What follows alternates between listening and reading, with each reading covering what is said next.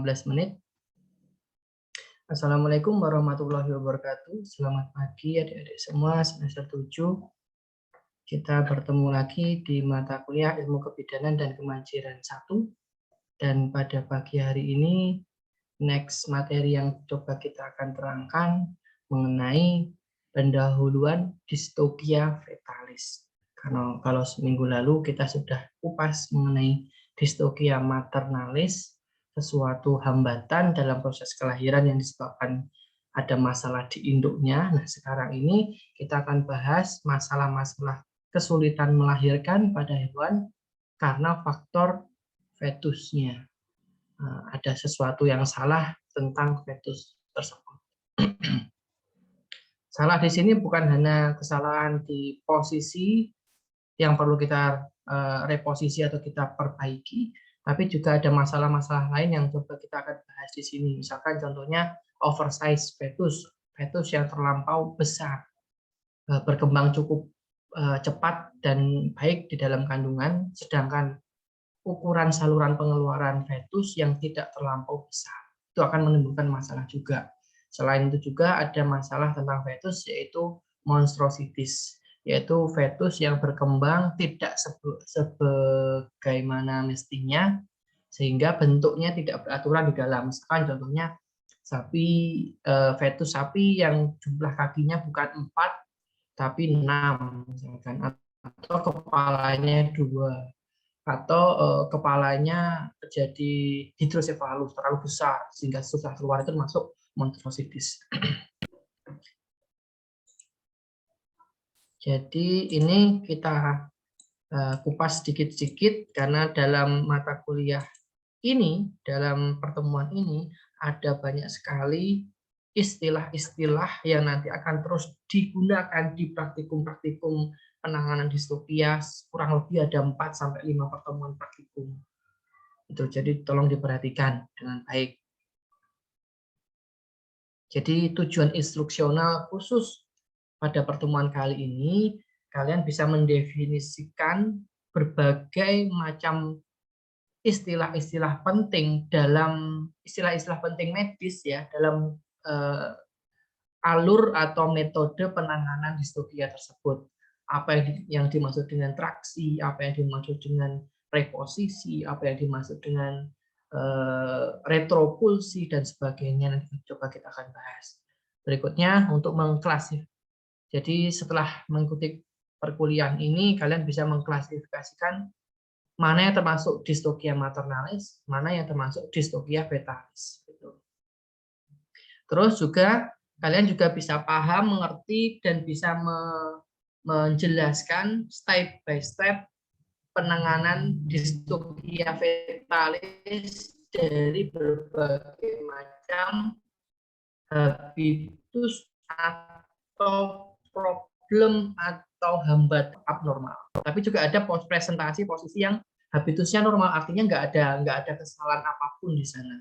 Tinggal fetus itu kita lihat posisinya sudah benar, tapi si induk nggak bisa merejan, tinggal kita tarik saja. Proses membantunya hanya kita tarik, kita bantu mengeluarkan. Itu yang habitusnya normal. Tapi kalau ada habitus abnormal, kita nggak bisa tarik begitu saja. Kita harus bantu mereposisi, mengkondisikan fetus supaya jalurnya tepat dan tidak ada hambatan. Tuh. Oke, pertama ini perhatikan baik-baik ya semuanya. Saya mau cek sekali lagi. 36. Berarti ada 6 mahasiswa ya. 6 mahasiswa yang belum hadir.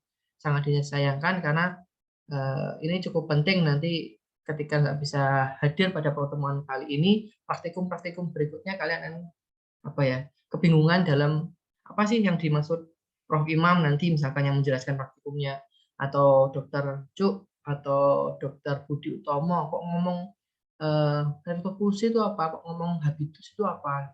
Nah, itu istilah-istilah itu akan coba kita bahas di pendahuluan distokia ini. Oke, yang pertama definisi-definisi penting yaitu mengenai etokia. Dan lawannya adalah distokia. Yang sering kita dengar adalah kalimat distokia. yaitu abnormalitas atau kesulitan, kesusahan dalam proses partus atau kelahiran, yang dimana bisa timbul keterlambatan minor sampai ketidakmampuan total induk untuk melahirkan. Itu ya, dari istilahnya secara umum distokia. Jadi bisa ada suatu masalah yang itu minor, yang kamu bisa koreksi sebentar saja, baru setelah itu keluar. Contohnya misalkan pada anjing ya, pada anjing itu seringkali ukuran kepala fetusnya anjing itu besar, tapi sebetulnya cukup, saluran pengeluaran cukup. Kurang apa? Kurang cairan pelicin, karena plasenta tidak pecah pada saat itu misalkan. Nah, hal keterlambatan minor yang perlu kita koreksi apa? Ya kita perlu berikan atau melumuri saluran reproduksi betina induk dengan cairan pelicin, sehingga ketika merejan si induk anjing tersebut bisa mengeluarkan fetusnya yang jumlahnya lebih dari satu. Itu minor, atau sampai ketidakmampuan total. Wis tenaganya si induk nggak bisa, posisi fetusnya nggak tepat dan sebagainya, sehingga kalau dibiarkan pasti nggak bisa keluar fetusnya, sehingga perlu kita bantu. Nah, itu semua diklasifikasikan ke dalam istilah distokia atau kesulitan dalam proses partus atau kelahiran. Tuh ya. Sedangkan yang jarang kita dengar adalah kalimat etokia, karena ya nggak perlu kita perdalam lebih dalam lagi, karena itu termasuk istilah kelahiran normal, tidak ada hambatan, proses fase 1, 2, 3-nya berjalan sesuai dengan jam dan prosesnya. Ya, fetus cukup umur, usia kandungan juga cukup umur, kemampuan anak dan induknya juga maksimal, rentang posisi fase 1, 2-nya juga pas ya. Fase 3-nya juga berjalan dengan baik, pengeluaran plasenta tanpa ada bantuan manusia. Ini posisinya masuk ke dalam istilah etokia.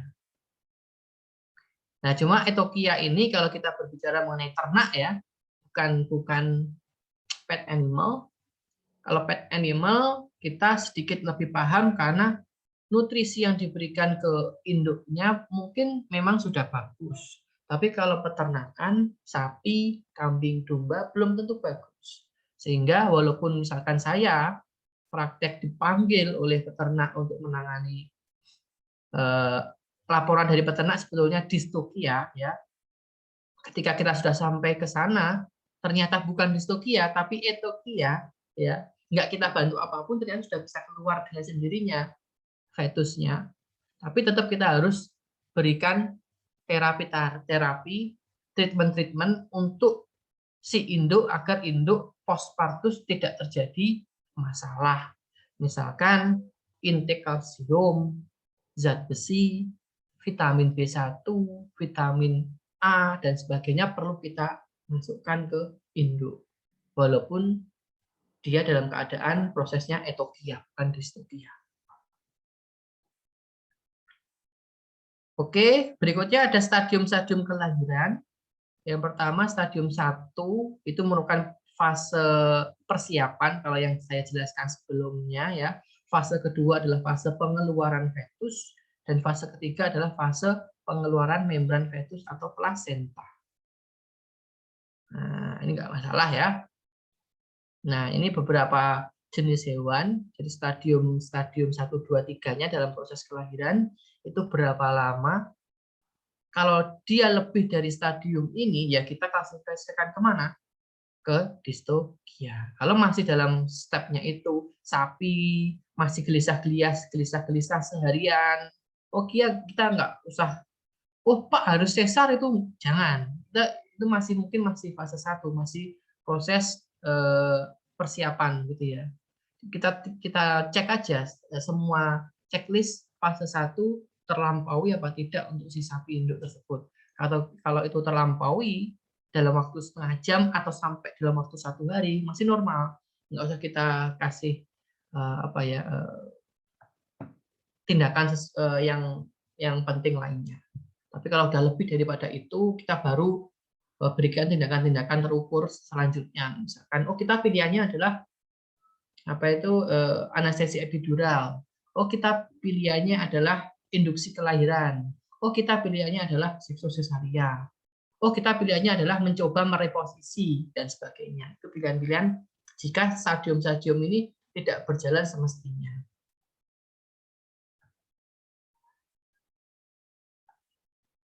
Nah, kasusnya adalah 3-8% kasus distopia ini berjalan jika sapi itu masih premipara atau istilahnya adalah darah yang pertama kali mencoba gunting. Nah, itu kasus distopia cukup sering. Ya, sampai berapa? Sampai 50% tingkat kejadiannya. Nah, yang sering adalah di Indonesia, kasus distopianya apakah masih sering? Sering banget, sering banget. Ya, kalau kalian ikut di puskesmas itu berapa kali dalam 2-3 hari dalam menangani kasus distopia banyak. Karena apa? Karena peternak, apalagi ini di daerah-daerah yang cukup penting, ada sapi-sapi kecil, misalkan di daerah Padang ada sapi pesisir, di daerah Jawa Barat ada sapi Pasundan, di Banyuwangi ada sapi Rambon, di Bali ada sapi Bali, di Madura ada sapi Madura, yang kesemuanya ada sapi-sapi kecil, di Trenggalek ada sapi galean. Nah, peternak ini pengennya dia nggak memikirkan keilmuan mendalam berikutnya, reproduksinya bermasalah apa tidak, terus induknya kuat apa tidak, nggak memikirkan. Yang penting dia berhasil gunting, anaknya diisi oleh bibit yang besar. Nah, contohnya ya ini ekstrimnya adalah sapi Belgian Blue, tapi yang sering di Indonesia bukan Belgian Blue, tapi sapi Limousin sama Simmental. Sehingga di Banyuwangi, di Madura, itu banyak sekali kalian menemukan sapi madrasin. Mungkin prosentasenya sekarang nggak sebanyak sapi Madura pure, yang cukup mengherankan. Sapi Madura pure breed mungkin hanya di daerah-daerah tertentu saja yang memang dijaga. Sehingga yang banyak sekarang adalah sapi apa contohnya? Sapi madrasin. Sapi Madura disilang dengan sapi Limousin. Sapi Madura yang disilang sapi Simmental, tapi jarang Simmental karena orang Madura sukanya sapi Limousin. Sehingga banyak yang menyebutkan sapi madrasin. Apakah akan terjadi stokia? Banyak. Kenapa? Karena kapasitas induk, kafum abdominisnya, rongga uterusnya, lalu pelvis inletnya itu hanya diciptakan untuk diisi oleh fetus yang sejenisnya, minimal yang seukurannya. Tapi ini diisi oleh sapi besar. Sehingga kasus distokia ini akhirnya banyak. Nah, yang dicontohkan oleh Dr. Susan ini adalah contoh sapi Belgian Blue. Sapi yang secara genetik ini merupakan manipulasi sehingga muncul gen DM istilahnya ya, DM atau double muscle. Jadi perototannya bisa bertumbuh double, bertumbuh dua begitu sehingga sangat besar. Dan ini di seluruh bagian termasuk di induk. Di induk pun sehingga bagian belakangnya di daerah belakangnya pun juga akan terbentuk double muscle. Banyak begitu ya sehingga akan mempersempit ruang pengeluaran fetus sehingga untuk kasus ini distokia untuk sapi Belgian Blue ya nggak usah ditanya lagi, pasti pilihan utamanya bukan pengeluaran secara normal tapi pengeluaran secara seksosesaria akhirnya ya gitu. Tapi di Indonesia bagaimana dok? Di Indonesia sudah coba Belgian Blue di BET Cepelang, hasilnya bagaimana? Hasilnya ternyata nggak perlu sesar karena induk Belgian, bibit Belgian Blue yang keluar ternyata nggak seperti di luar negeri. Di luar negeri bisa sampai 60 kilo, 58 kilo, 69 kilo fetus yang procot keluar. Di Indonesia ternyata beratnya hanya sedikit lebih berat dari berat fetus sapi-sapi di Indonesia. Hanya sedikit saja. Nggak terlalu signifikan seperti luar negeri. Cuma memang ketika dipelihara di luar dengan nutrisi yang bagus, baru dia bertumbuh seperti halnya sapi Belgian Blue yang ada di Belgia. Ya, itu coba mulai tumbuh double muscle nih. Itu ya. Nah, ini tujuan penanganan distokia atau kesusahan dalam proses kelahiran supaya si induk maupun si anak keduanya bisa diselamatkan. Kalian tetap harus berpikiran dua-duanya. Nah, walaupun kalau kita berpikiran dua-duanya nggak bisa, minimal mana induk apa fetus yang diutamakan, yaitu induknya. Oke, enggak masalah fetusnya kita korbankan, tapi si induknya harus kita selamatkan. Walaupun tetap yang pertama kita pikirkan adalah keduanya bisa selamat. Oke, ini kemarin sudah saya klasifikasikan. Ini jenis-jenisnya ya. Nah, ini yang maternal, nggak usah kita bahas. Tapi ini pelajari karena ini hampir 8-10 soal hanya di distokia maternalis dari soal kuisnya. Nah, distokia fetalis ini ada 4 klasifikasi atau 4 kelas. Yang pertama, karena fetusnya terlampau besar atau istilahnya oversize fetus. Ya. Oversize fetus ini yang pertama karena dia absolute oversize fetus. Karena intake protein selama kebuntingannya tinggi, metabolisme si fetusnya juga oke, breednya diisi oleh breed sapi-sapi besar, sehingga dia absolute oversize fetus. Karena memang si fetusnya besar. Lalu tapi ada istilah yang kedua, yaitu relative oversize fetus. Ini bukan masuk ke nomor 1 itu tadi absolut, tapi masuk fase dia sebetulnya fetusnya fetus sapi limosin yang besar, ya, memang besarnya gitu, nggak aneh, nggak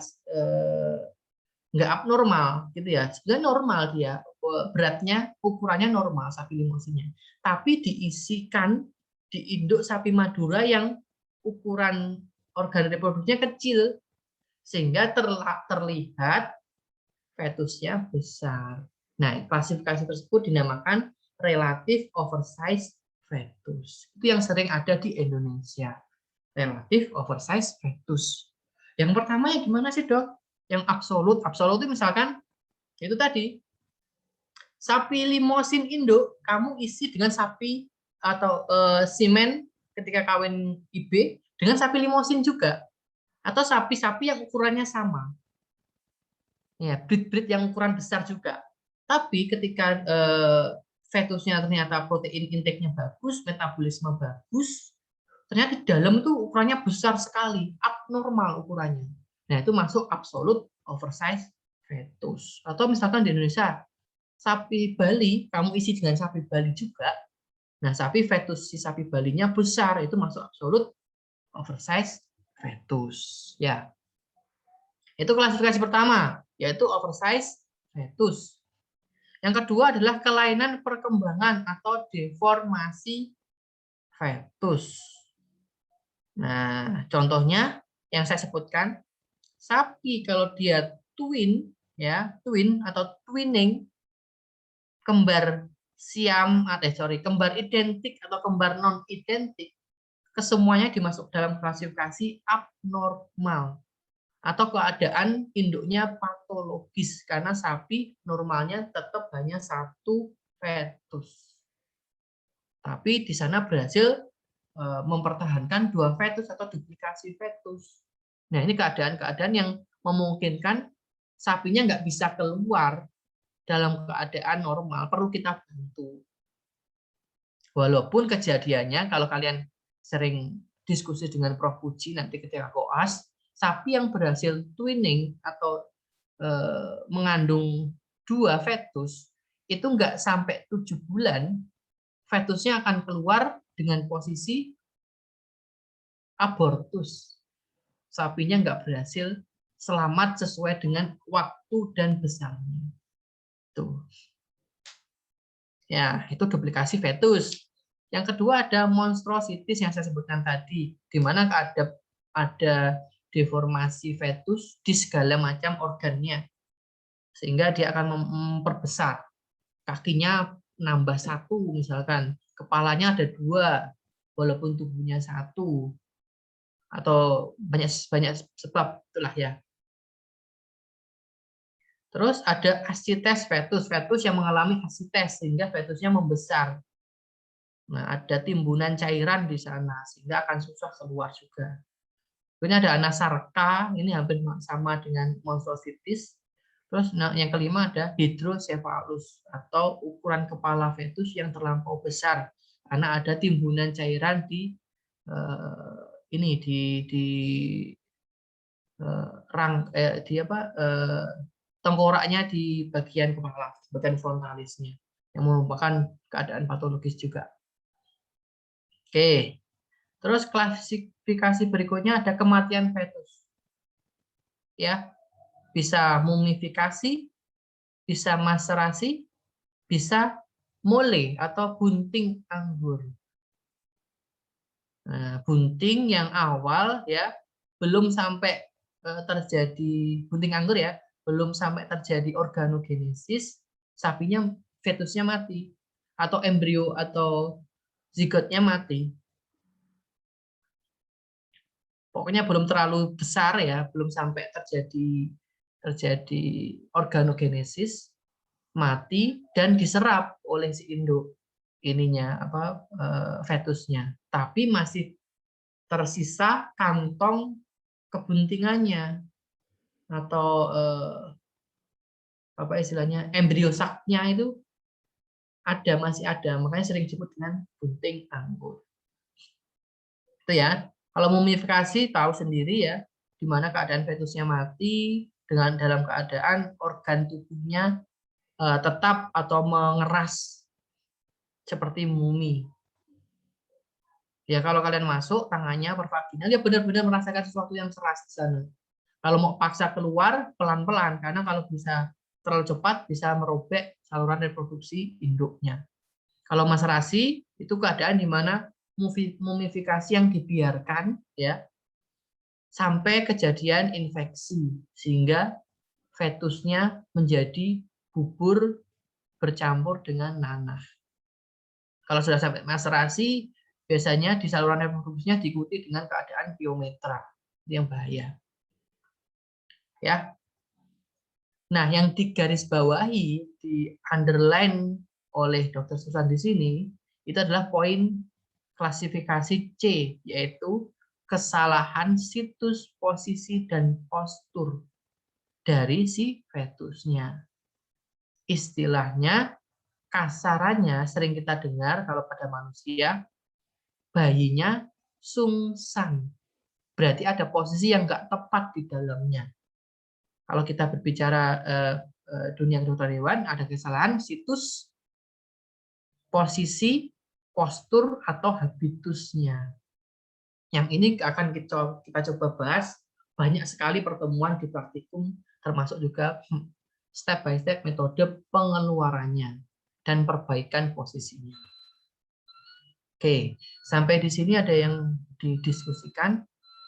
Klasifikasi distokia fetalis ada 4. Kalau saya dulu mengklasifikasinya hanya 3.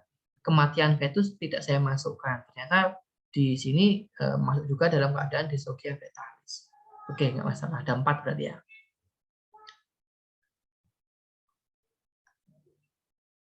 Oke, saya coba cek pesertanya lagi. Ada berapa ini? Masih ya 36, 7 mahasiswa masih tetap belum hadir.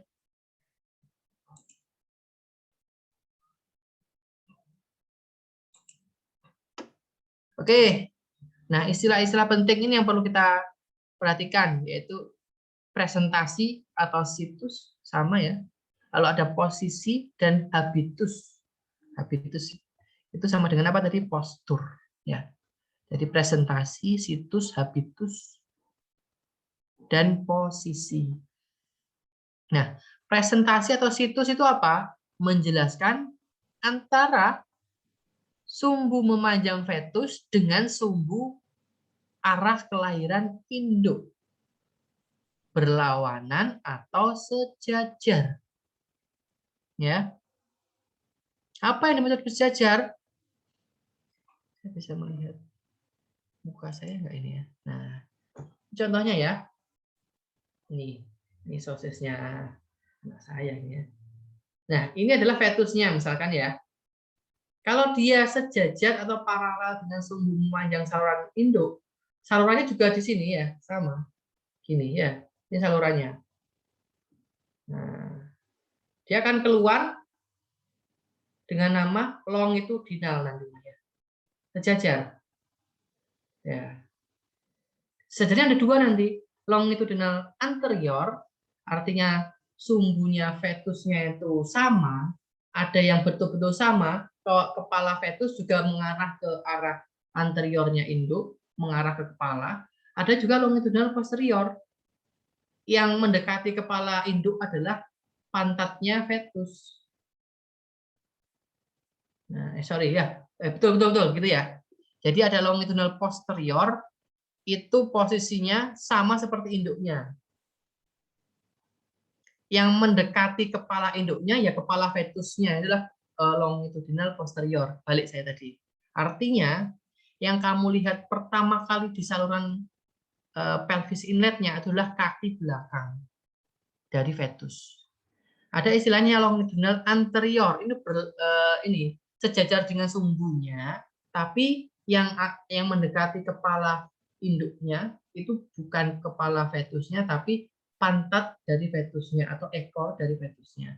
Sehingga di pelvis inlet induknya yang kamu lihat pertama kali adalah kaki depan dan kepala. Tuh ya.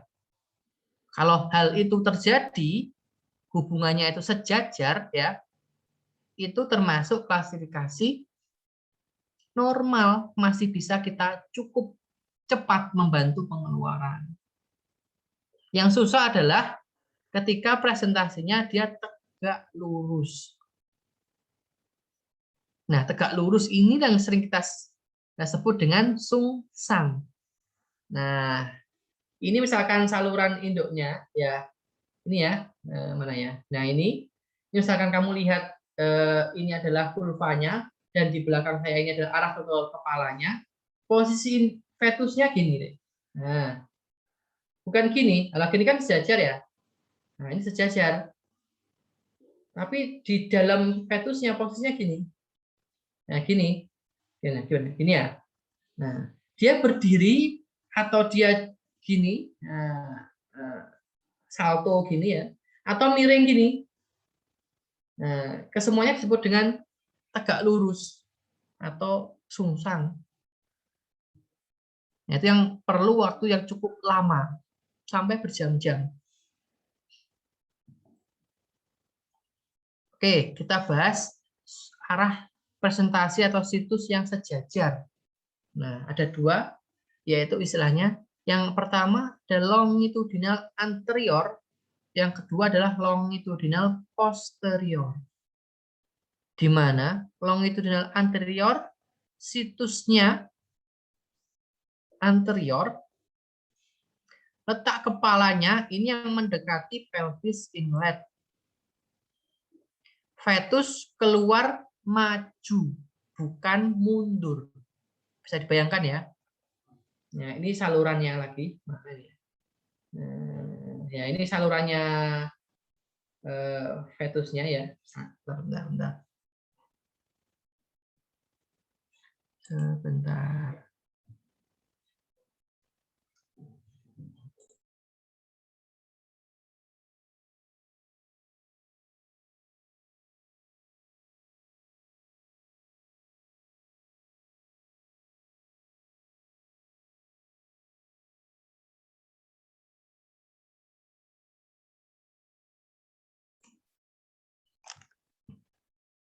Nah, ini misalkan ya. Ini saluran ya misalkan ya, saluran si induknya ya. Ya, ini ya. Perhatikan di sini misalkan saluran keluarnya pelvis inletnya, ini sumbu panjangnya induknya, ini kepala induknya. Nah, saya putar gini. Kalau dia longitudinal anterior, nah gini. Nah, sapinya, fetusnya akan keluar kepala terlebih dahulu. Artinya dia maju ke depan, straight gini. Pengeluarnya ya, maju ke depan. Kalau dia longitudinal posterior, situsnya posterior, letaknya bisa normal, bisa sungsang. Tapi fetusnya keluarnya mundur. Yang kamu lihat adalah kaki belakang dan ekor terlebih dahulu. Sapinya reverse mundur. Ya. Tapi keduanya bisa normal. Bisa kita biarkan, fetusnya bisa etokia. Tapi bisa juga dia distokia kalau sudah keluar betul nih. Misalkan anterior ya, anterior sudah keluar, dua kaki depan plus kepala sudah keluar, sudah oke. Tapi merjan sudah cukup juga kuat, tapi dalam waktu sekian kok nggak maju-maju si fetus. Nah, itu baru kita bantu. Atau posterior, longitudinal posterior. Kaki belakang dan ekor sudah kita lihat. Nah, kita tinggal fiksasi atau kita tali ekor dan kedua kaki belakang, kita tunggu. Ya. Kalau merjan dan nggak keluar, baru kita bantu mengeluarkan. Dengan apa tadi istilahnya? Traksi atau tarik paksa.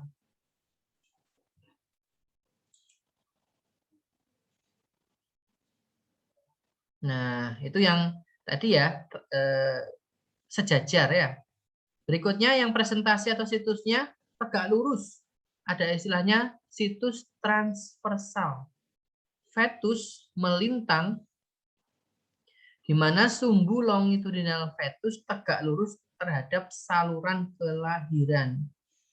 Nah, ini ya. Ini bisa transverso dorsal, bisa transverso ventral. Perhatikan pertama. Yang dinamakan transverso dorsal adalah situsnya dorsolumbal. Presentasinya dorsal di mana ketika kalian raba pervaginal si induknya ya, kamu raba pervaginal, yang kamu rasakan adalah yang kamu raba adalah punggung fetus. Kamu nggak bisa meraba kepala fetus, kaki depan fetus, atau bahkan ekor dan kaki belakangnya. Semuanya nggak keraba. Yang kamu raba adalah punggungnya. Berarti dia transverso dorsal. Bisa kepalanya di atas, bisa kepalanya di bawah, tapi dia berdiri. Ya, berdiri membelakangimu. Ya. Sehingga kamu bisa yang hanya kamu bisa lihat adalah punggungnya saja. Yang B, transverso ventral, ini kebalikannya. Situsnya sternoabdominal, presentasinya ventral. Yang kamu bisa raba ketika pemeriksaan pervaginal adalah perutnya atau ventralnya. Otomatis kalau ventralnya bisa kamu raba, otomatis kaki fetusnya, keempat-empatnya, itu juga kamu bisa raba. Ini berarti dia duduk menghadapmu, ya, menghadap operator atau menghadap dokter hewan yang ingin membantu mengeluarkan fetusnya. Nah, gitu ya. Jadi kan normalnya tadi kedua kaki depan dan kepala, ya, atau kedua kaki belakang dan ekor. Nah, ini yang transverso ventral, ya empat kakinya kamu bisa rasakan, kamu bisa raba. Nah, ini berarti dia masuk transverso ventral. Ini yang anatominya dulu bagus ya, bisa dengan cepat menyerap ya. Tapi ini saya coba jelaskan pelan, karena banyak istilah anatomis yang dikeluarkan lagi. Nah, itu tadi ya mengenai presentasi. Ada longitudinal, ada transversal. Longitudinal ada longitudinal anterior, ada longitudinal posterior. Sedangkan transversal ada transverso dorsal, ada transverso ventral. Kalau transverso dorsal itu punggung yang kamu rasakan ketika pemeriksaan, sedangkan transverso ventral ya ventral dari fetusnya plus keempat kaki dari fetusnya. Oke, itu tadi situs. Berikutnya ada posisi. Nah, ini menggambarkan posisi posisi fetus terhadap batas-batas materna. Nah, ini perhatikan karena ini sering kali dijadikan tolok ukur hambatan atau kelainan yang ada pada fetusnya. Ingat kalau posisi adalah hubungan dari fetusnya terhadap batas-batas pelvis maternanya. Misalkan contohnya jika situsnya longitudinal ya tadi longitudinal berarti posisinya adalah hubungan dorsum atau punggung fetus terhadap batas-batas pelvis materna. Nah, biasanya sering kita dengar ada dorsoventral, nah, ada dorsopubis. Nah, ada dorsosakral dan dorsopubis kalau salah saya. Ketika ada longitudinal, situsnya longitudinal, biasanya ada dua istilah yaitu dorsosakral dan dorsopubis. Artinya dorsal dari fetus atau dorsum dari fetus itu menyentuh mana? Menyentuh sakrum atau menyentuh pubis. Kalau menyentuh sakrum ya di bagian atas ini berarti posisinya kamu melihat fetusnya tertelungkup. Kalau dia dorsopubis yang kamu lihat fetusnya terlentang. Gitu ya. Saya anunit. Nah, ini ya. Jadi kalau situs itu adalah hubungan fetus dengan batas-batas pelvis maternalis. Kalau dia longitudinal situsnya, posisinya berarti bisa dorsosakral, artinya dorsal dari fetus ini menyentuh sakrum. Punggungnya menyentuh sakrum. Otomatis ventralnya ada di sini, kepalanya ada di sini. Kalau dia dorsopubis, dorsal atau punggungnya fetus, ya itu menyentuh pubisnya. Ini ventralnya fetus ada di sini, ini kepalanya. Makanya kalau dorsopubis dia terlentang. Kalau dorsosakral dia tertelungkup. Ya, murep bahasa Jawanya. Tuh ya. Terus ada situs transversal tadi. Kalau posisinya itu berkaitan kepala.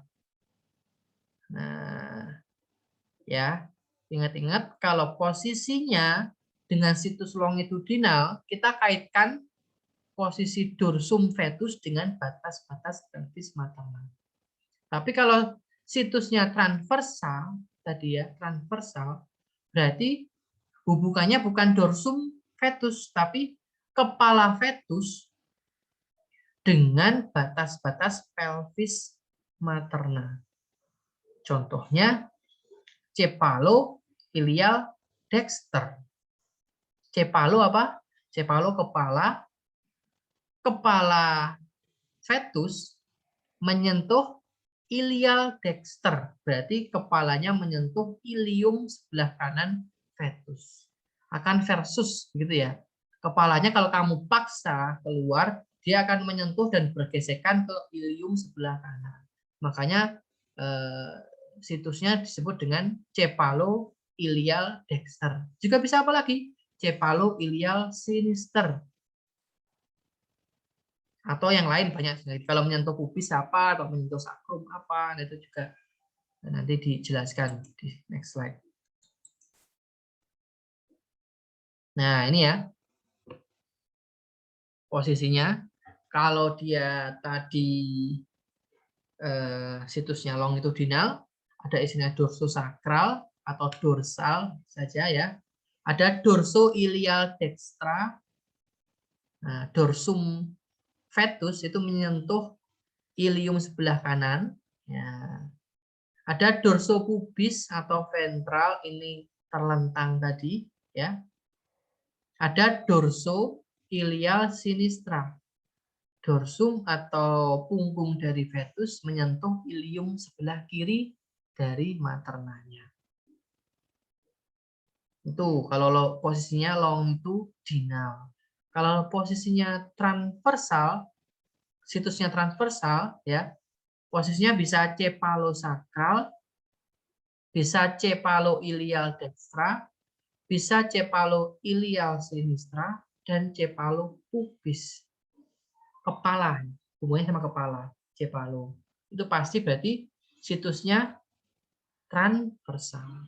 Kalau awalannya posisinya dorso, pasti situsnya longitudinal. Oke. Berikutnya, situs selesai, posisi selesai, ya, situs posisi presentasi sudah selesai.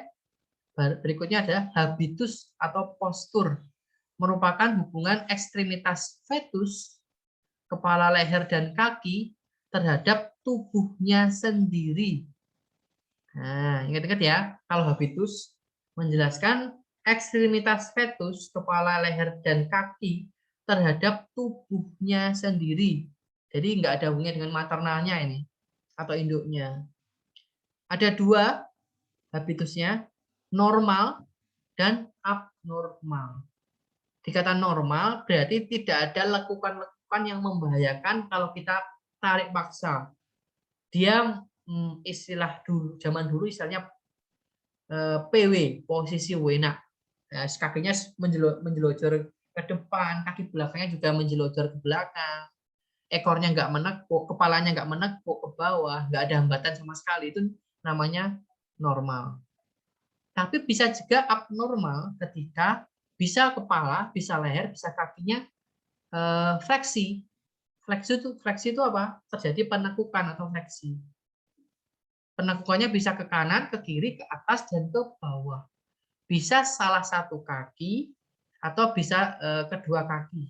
Bisa kepala saja, bisa sak lehernya. Kalau pada sapi, fetus sapi, seringnya kalau ada fleksi di area kepala, ya kepala saja.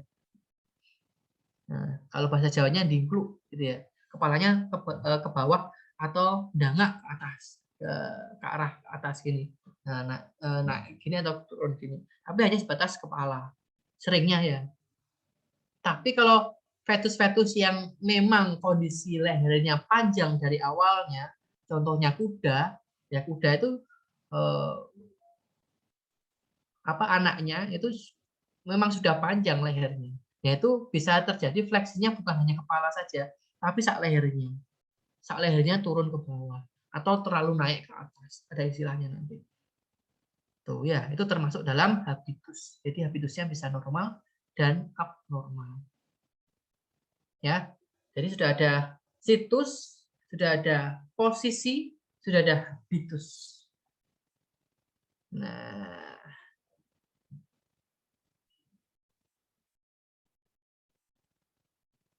oke. Terusnya, coba perhatikan di sini presentasi posisi dan habitus untuk kelahiran normal. Perhatikan dengan baik-baik. Kalau dia posisinya Superman, ya ini ya, sebelah kiri. Nah, ini Superman. Nah, saya jelaskan pelan-pelan. Situsnya adalah longitudinal anterior, sejajar dengan sumbu induknya. Fetusnya posisinya gini, induknya juga posisinya gini. Ya. Dan dia anterior, di mana kepala dan kedua kaki yang terlihat pertama kali di pelvis inlet. Dia masuk longitudinal anterior. Istilahnya posisinya Superman. Nah, Superman terbang. Ya, oke. Posisinya apa ini? Dorsosakral. Kalau posisi hubungannya dengan apa tadi? Bagian dari fetus terhadap pelvis induk atau maternalis. Kalau di sini berarti apa? Dorsosakral, artinya dorsum atau punggung dari fetus akan menyentuh sakrum induknya kalau kita dorong keluar. Nah, posisinya gini atau tertelungkup. Ya, posisi dorsosakral itu ya.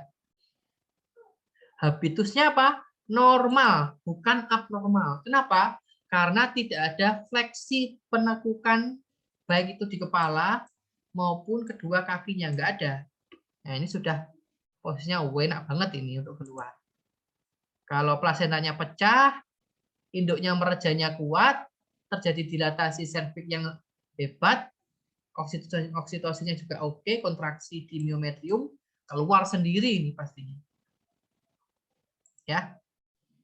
Ini posisi pertama ya. Dia normal. Oke. Posisi kedua di mana kelahirannya bisa normal adalah longitudinal posterior, di mana dia sejajar, arah fetusnya sejajar dengan arah sumbu induknya sama. Ya, tapi dia posterior, di mana yang kamu lihat di pelvis pertama kali adalah ekor dan kedua kaki belakang.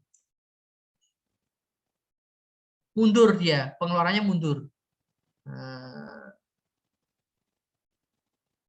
Terus posisinya apa? Dorsosakral, masih sama, dorsosakral. Dorsal daripada fetus akan menyentuh sakrum induk. Habitusnya normal, ingat normal habitusnya. Tidak ada penekukan ekor maupun penekukan kaki belakang. Ya. Loh, Dok, coba dilihat. Baik longitudinal anterior dan posterior, kaki yang masih di dalam vakum abdominis kan menekuk ini. Nah, ini menekuk. Nah, ini menekuk. Kok dikatakan habitus normal dan bisa keluar dengan normal? Kok bisa? Ada yang bisa menjawab? Nuril? Baril, kira-kira Ril? Nuril. 1, 2, 3. Nuril nggak ada. Utasya?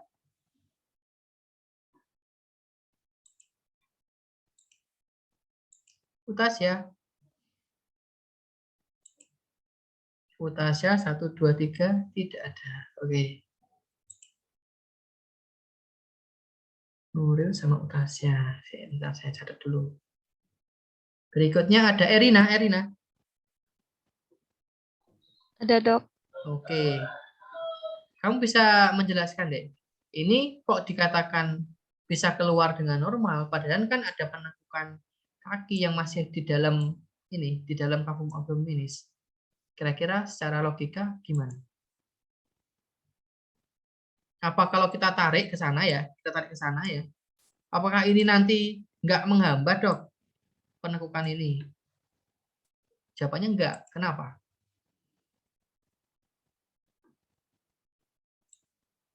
Atau ini, apa Rina?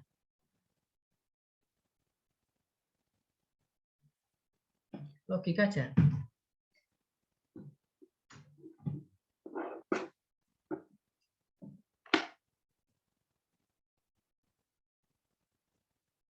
Apa Rina?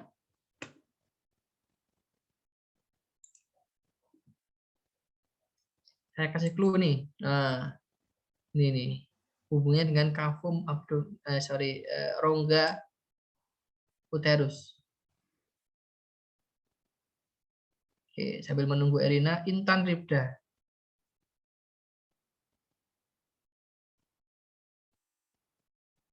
Intan Ribda ada? Ada, Dokter. Apa Dek kira-kira Dek? Jawabannya Dek?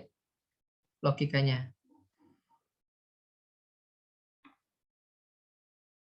Tidak akan terjadi hambatan karena ada penekukan kaki belakang ketika longitudinal anterior atau kaki depan ketika longitudinal posterior. Ketika ditarik.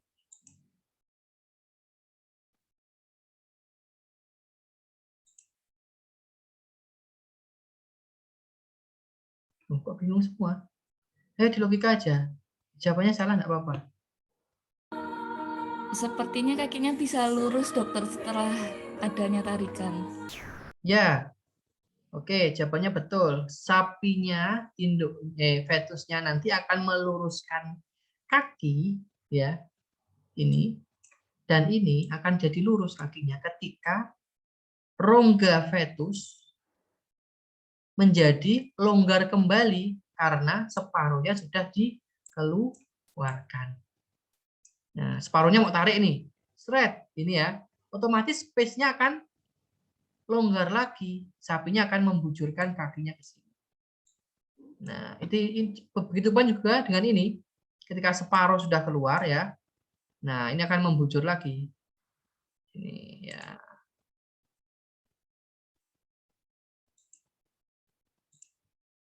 Oke, jadi nggak masalah kalau itu ya.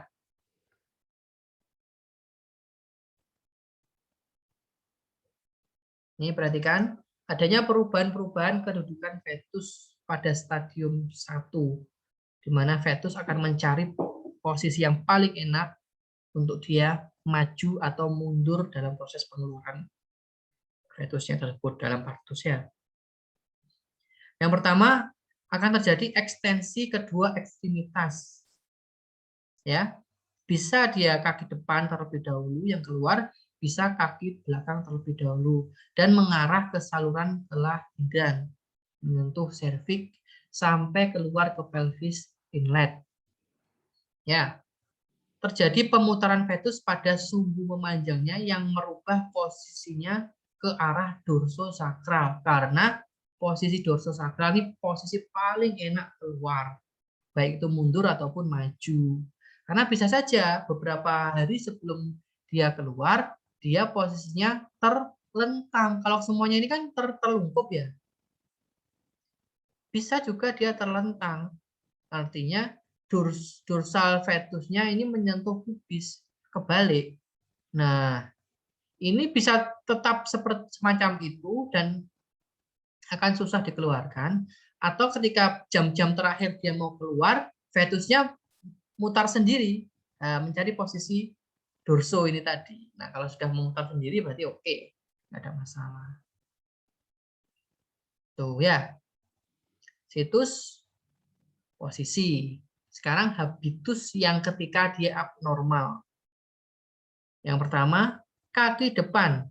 Jika dia posisinya longitudinal anterior. Terjadi apa? Fleksi karpal, bisa uni, bisa bilateral. Bisa unilateral, bisa bilateral. Artinya bisa salah satu sisi kaki atau kedua kakinya terjadi fleksi di karpal. Ya. Atau carpal flexion, nama kelainannya.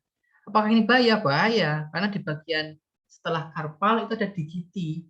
Kalau dia lurus begini ya, kalau lurus gini nggak masalah. Tapi kalau carpalnya turun ke bawah sini dan di bawah carpal ini ada digiti, ya, digitinya ini cukup tajam. Ketika mau paksa keluar, nggak mau perbaiki terlebih dahulu posisinya, dia akan merobek serviks dan juga vagina induknya. Tuh ya. Berikutnya, masih di kaki depan, bisa terjadi fleksi bahu atau fleksi skapula. Ini juga sama. Bisa uni, bisa bilateral. Bisa salah satu sisi skapula, bisa keduanya yang terfleksi ya, menekuk begitu ya. Nama kelainannya adalah kalau dia keduanya ya bilateral, itu namanya biscapular flexion, menekuk. Nah, berarti kalau posisi fleksi bahu atau skapula yang menekuk, apa kelihatannya dok? Ketika pemeriksaan per vaginal yang kamu raba hanya kepala saja, kakinya nggak ada, kaki depannya keduanya. Loh, mana ini kakinya? Ternyata dia menekuk ke bawah. Oke, berikutnya masih di kaki depan, adanya ekstensi siku yang tidak lengkap. Atau istilahnya elbow lock posture. Oke. Itu ya kaki depan, lalu kaki belakang ada hop flexion atau fleksi tarsal dan juga hip flexion. Nah, ini bisa hip flexion atau istilahnya bridge. Jadi ada penekukan kaki belakang keduanya. Oke, berikutnya di daerah kepala leher itu bisa terjadi penekukannya lateral, kiri atau kanan, bisa ke atas atau bisa ke bawah, baik itu kepala atau sak lehernya. Kalau lehernya yang menekuk, otomatis kepalanya menekuk nggak? Ya menekuk. Nggak mungkin hanya lehernya menekuk, kepalanya lurus. Nah, itu pasti aneh jadinya. Bisa kepala saja, bisa sak lehernya. Kalau menekuknya ke bawah, istilah medis penanganan obstetriknya adalah kejadiannya dia vertex.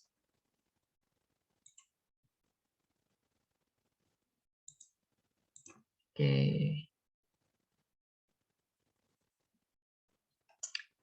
Ini tindakan-tindakannya ya. Yang penting kalau kita perhatikan ketika kita diagnosis terjadi distokia di mana adanya habitus yang abnormal ya.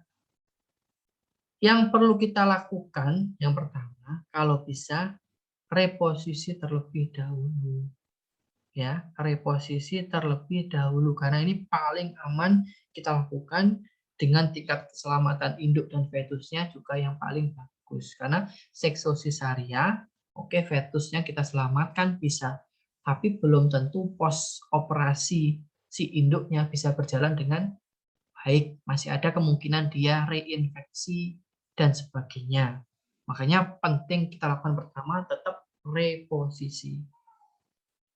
Mungkin ada yang sudah pernah magang ya, yang pernah magang dan pernah diajak untuk menangani distokia. Dan tidak banyak juga kolega yang dulu mungkin ketika pelajarannya Prof. Imam di kebidanan ini tidak mengamati dengan seksama. Sering kalian dengar kalimat dari kolega di lapangan, adalah ilmu di kuliah itu nggak bisa diterapkan di lapangan, beda jauh. Ya, terlalu jelimet, sebetulnya tidak. Sebetulnya sama. Saya bilang ya, untuk penanganan kasus distokia sebetulnya sama. Samanya gimana?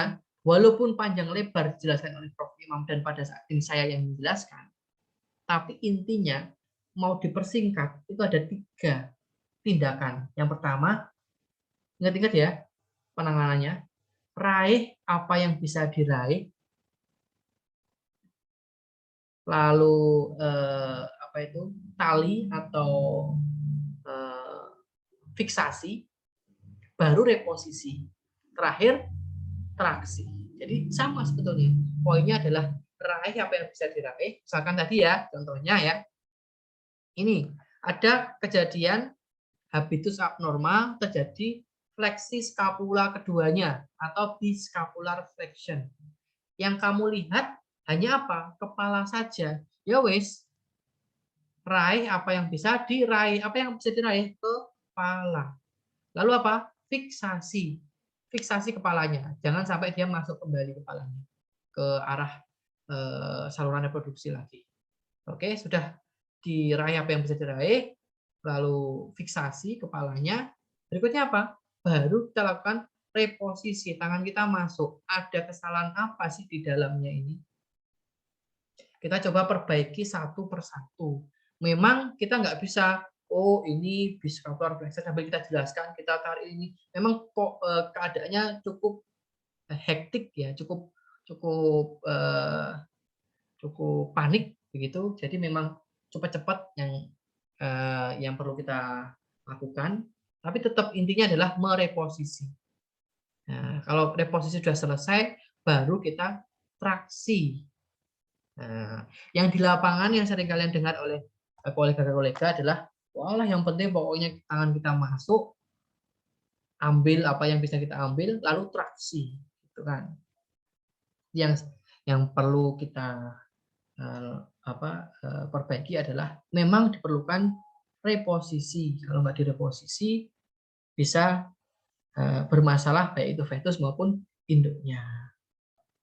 Ya. Jadi memang posisi reposisi ini cukup penting ya. Baru setelah reposisi selesai, baru kita lakukan tarik paksa. Ya, tarik paksa separuh keluar induk fetusnya ya. Dengan tarik paksanya berapa tenaga? Sekuat tenaga 4 tenaga orang laki-laki. Jangan lebih. Kalau lebih nanti bisa membuat perlukaan di saluran reprobetina. Ya. Terus diagnosa hidup mati. Itu juga cukup penting ya. Yang sudah saya coba jelaskan kemarin. Distokia itu kita perlu diagnosa hidup mati untuk si fetusnya. Dari mulai misalkan dia posisinya longitudinal anterior, ya kita bisa cek refleks mata, refleks hidung, ya, terus refleks menelan lidah, terus refleks pedal atau kakinya. Kalau belakang posisinya situsnya longitudinal posterior, refleks hidupnya ya kita cek dengan apa? Dengan refleks pedal kaki belakang. Lalu refleks sphincter ani dan juga refleks ekor.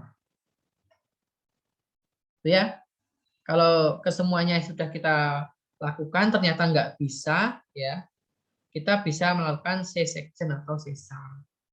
Baru ya. Jadi itu pilihan terakhir saja sesar.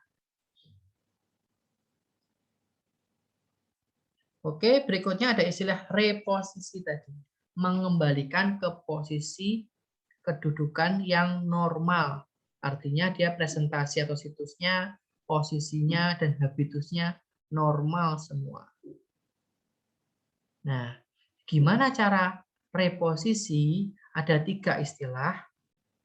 Yang penting, yang pertama adalah rotasi, ya, diputar fetusnya pada sumbu longitudinalnya searah jarum jam atau berlawanan jarum jam sehingga dia kembali ke posisi apa tadi?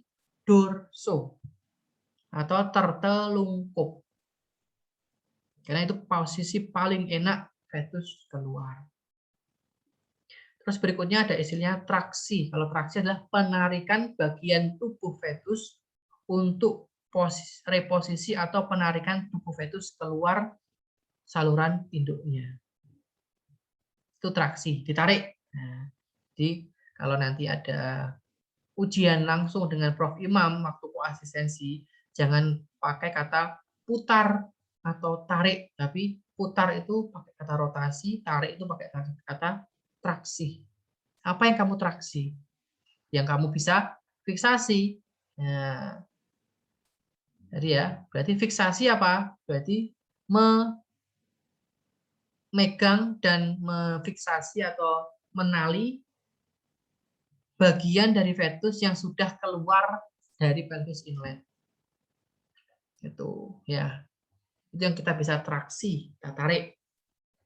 Nah, terus ada istilah berikutnya retropulsi, yaitu pendorongan fetus atau bagian tubuh fetus apapun itu, bisa leher, bisa kepala frontal, bisa kaki, bisa bagian dari kaki menuju ke dalam lagi, ke dalam rongga uterus. Untuk apa retropulsi? Untuk menciptakan ruang yang memungkinkan untuk dilakukan reposisi. Karena kapasiti dari uterus itu kecil, ketika dia mau partus, dia penuh itu. Sehingga kalau kita dorong sebentar, ada sedikit space atau ruang untuk kita bisa reposisi bagian dari fetus yang mengalami abnormalitas. Penekukan misalkan. Nah, kita dorong bagian fetus agar ada ruang untuk kita ekstensikan bagian ekstremitas yang menekuk misalkan. Tuh. Nah, terus ada istilahnya ekstensi tadi ya, proses meluruskan persendian yang mengalami fleksi atau penekukan. Oke, terus ada istilahnya versi, adalah pemutaran fetus pada sumbu transversalnya. Kalau dia situsnya transversal tadi ya, berdiri atau nah ginilah ya, ini fetusnya, ini sumbunya ya. Dia berdiri semacam ini, duduk dog sitting position namanya. Atau dia jemping gini, kepalanya ke bawah, kakinya di atas. Itu kita perlu melakukan versi, diputar agar dia posisinya kembali ke longitudinal. Nah, Pokoknya nggak akan mungkin bisa keluar kalau situsnya masih transversal. Semua harus dikembalikan ke longitudinal. Ya, longitudinal yang mana dok yang paling enak? Tetap longitudinal anterior. Kamu kalau misalkan rasakan merubah ke longitudinal cukup lama, susah, sedangkan si fetusnya cukup lama di rongga abdominal induknya, kamu bisa lakukan pemutaran sampai ke longitudinal posterior, nggak masalah. Mundur gitu mengelolanya, nggak masalah. Tapi memang usahakan yang pertama kali bisa diusahakan adalah kembali ke longitudinal anterior. Oke. Pemeriksaan ukuran fetus itu relatif terhadap saluran kelahiran. Pemeriksaannya dengan pervaginal, ya. Lalu dilakukan penalian di atas kedua pergelangan kaki belakang dan kaki depan, tergantung yang keluar terlebih dahulu. Ini adalah fiksasi.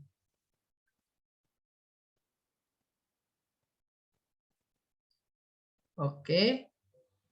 Berikutnya, tangan diletakkan ke os ilium kiri dan kanan, termasuk sakrum dan pubis, untuk melihat, mengukur berapa banyak sisa bagian fetus yang tidak bisa melewati pelvis. Kita versuskan ya. Bagian dari fetus kita coba masukkan ke pelvis inlet, sejauh mana space atau masih cukup ruang.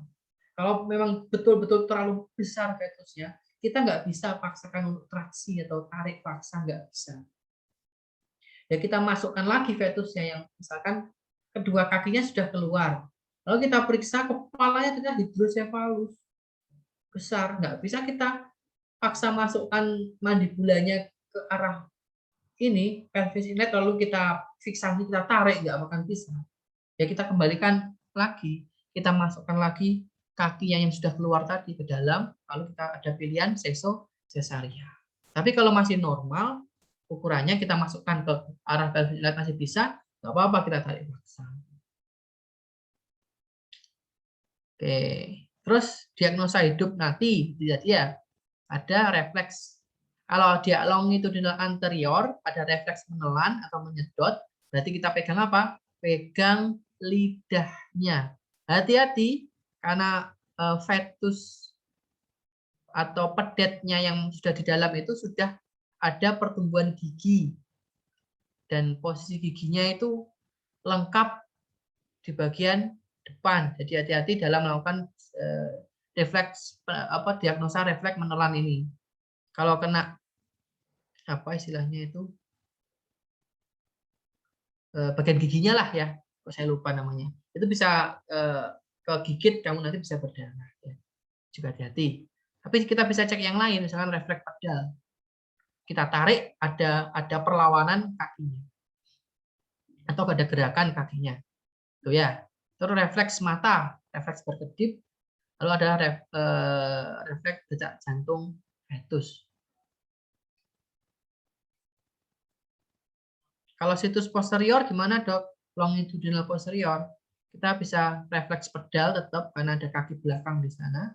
Ada refleks anal, sphincter aninya kita coba masuki jari kita. Kalau ada kontraksi atau ada perlawanan berarti dia hidup. Nah, atau lewat tali pusarnya. Nah, karena ada desiran di sana ya. Ini ya. Nah, yang perlu kamu juga perhatikan, ada istilahnya traksi, tapi juga ada istilahnya force extraction. Kalau traksi adalah menarik fetus. Kalau force extraction atau tarik paksa itu menarik dengan tenaga 4 laki-laki dewasa. Berarti ini dokter hewan sudah bisa memastikan tidak ada lagi hambatan fetus. Baru kita bisa lakukan force extraction. Ya. Oke. Ini ya. Pakai alat bisa, pakai tenaga manusia bisa, tapi jangan pakai tenaga mesin. Ada dulu dilakukan pakai mesin traktor. Nah, traktornya fetusnya ditalikan ke traktor, traktornya berjalan. Nah, itu juga jangan, itu menyakiti induknya.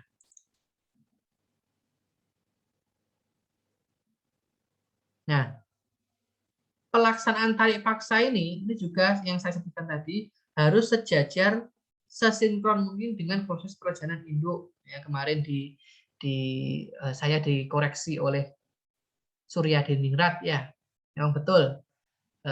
Saya sedikit miss dalam menjelaskan bahwa ketika kontraksi terjadi itu justru kita tarik fetusnya. Ketika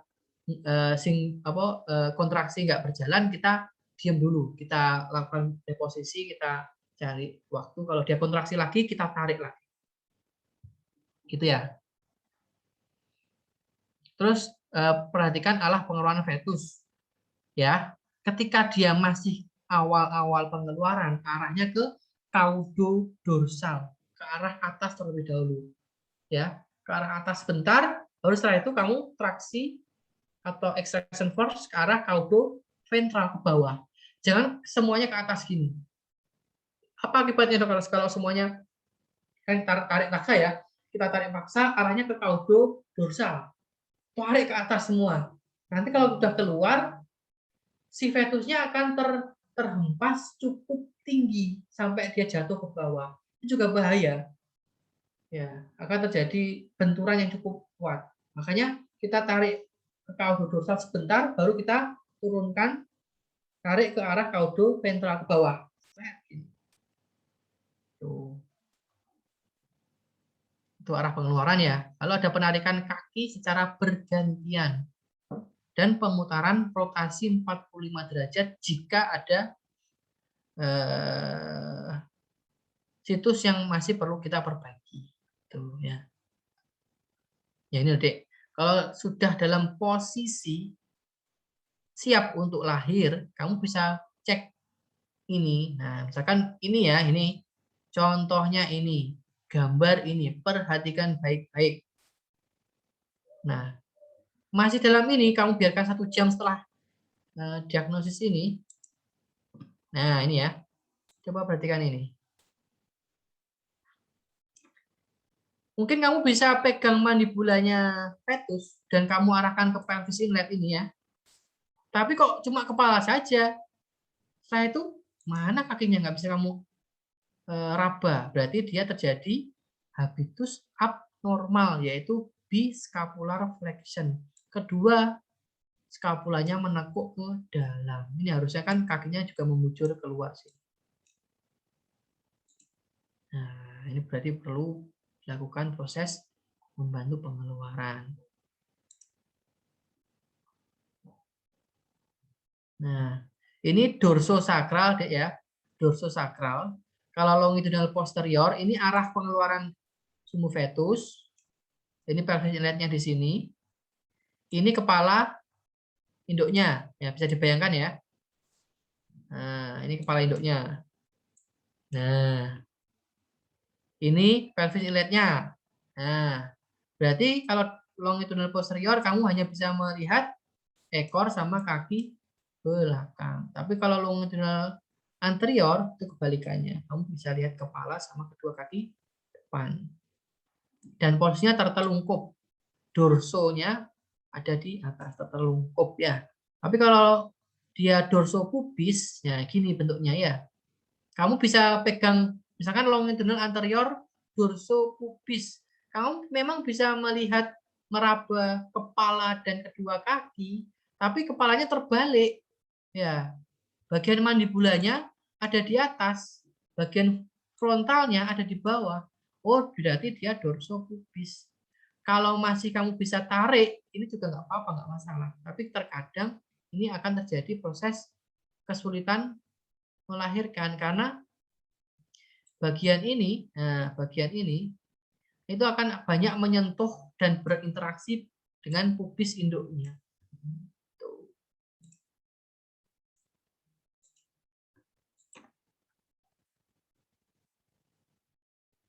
Nah, ini kalau kita bicara diameter pelvis yang paling tinggi diameternya adalah parameter D, yaitu ketika kita mengeluarkan fetus itu sedikit kita miringkan ke kiri atau ke kanan, tapi nggak betul-betul miring ya. Karena posisi yang paling lebar untuk menarik adalah posisi ini. Ini agak miring ke sini atau miring ke sini. Ini paling lebar. Nah, ya.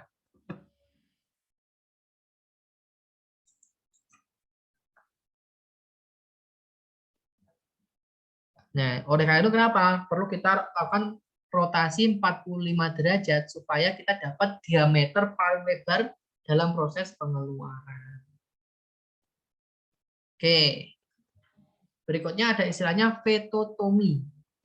Adalah pemotongan tubuh fetus untuk mempermudah pengeluaran jika fetusnya tidak bisa kita selamatkan. Kita potong-potong bagian tubuhnya. Bisa fetotomi perkutan, bisa fetotomi subkutan. Artinya kalau perkutan, pemotongan fetusnya melalui kulit. Kalau subkutan, pemotongan fetusnya di bawah kulit. Jadi kamu buka kulitnya, kamu sisipkan, kamu potong-potong sendi-sendi kaki, mulai sendi-sendi kaki dan seterusnya, agar mudah kita keluarkan.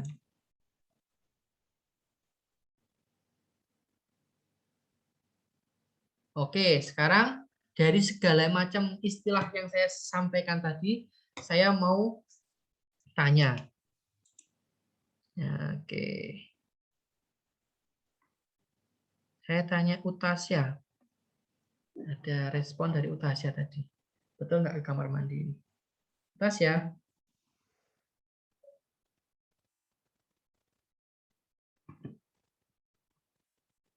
Utasya? Dokter, Oke, saya tanya ya. Dari 3 gambar ini, sekarang saya mau tanya. Gambar yang paling kiri. Ini ya. Kalau saya tanya situsnya apa, Dek?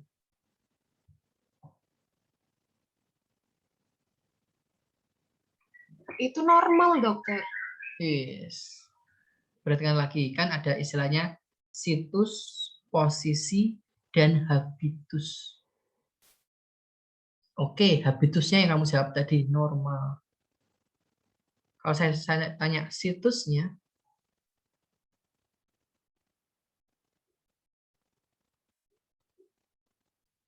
Dorsal ya dok? oke. Ada yang bisa mengkoreksi? Longitudinal posterior itu. Oke, perhatikan lagi. Situsnya, perhatikan dengan seksama. Menurut Rianka, longitudinal posterior. Ada yang bisa menjawab lagi? Longitudinal anterior. Oke, posisi gambar yang sebelah kiri ini adalah longitudinal, posisi lagi. Situs adalah longitudinal anterior, artinya yang mendekati pelvic inlet yang kamu bisa lihat adalah kedua kaki depan dan kepala. Ini adalah longitudinal anterior situsnya. Oke, saya tanya Medina. Oke, dokter. Berarti ini posisinya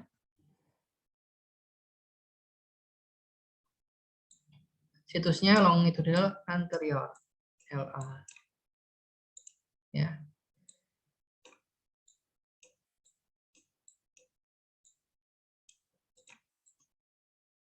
Posisi? Dorsosakral. Betul, posisinya adalah dorsosakral. Dorso daripada fetus akan menyentuh sakrum induk. Berarti habitusnya apa, Medina? Normal, dokter. Normal. Ya, tidak ada penekukan fleksi kepala leher atau kedua kaki ekstremitas. Oke, betul. Lagi saya tanya. Davendra.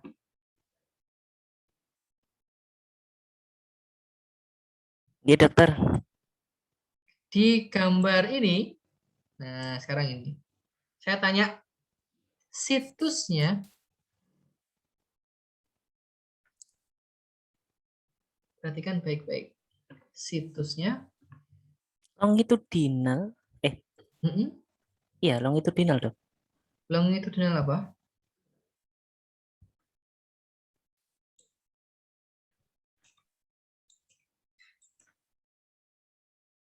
Yang Yuk. anterior. Iya. Ini betul. Ini adalah longitudinal anterior masih ya. Perhatikan, tetap dia sejajar ya, sejajar. Dan yang mendekati pelvis tetap kaki depan dan kepala. Berarti situsnya longitudinal anterior. Betul. Sekarang Rumanika. Rumanika. 1, 2, 3. Ada. Danis. Ada dokter. Oke. Menurut Davendra yang ini situsnya adalah longitudinal anterior. Posisi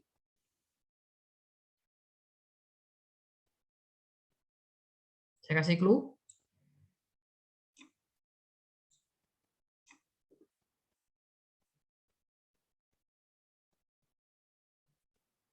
Dorsopubis bukan dok? Dorsopubis. Ya, betul. Posisinya adalah dorsopubis. Oke ya, clear ya. Berikutnya masih di bisa saya tanya berarti habitusnya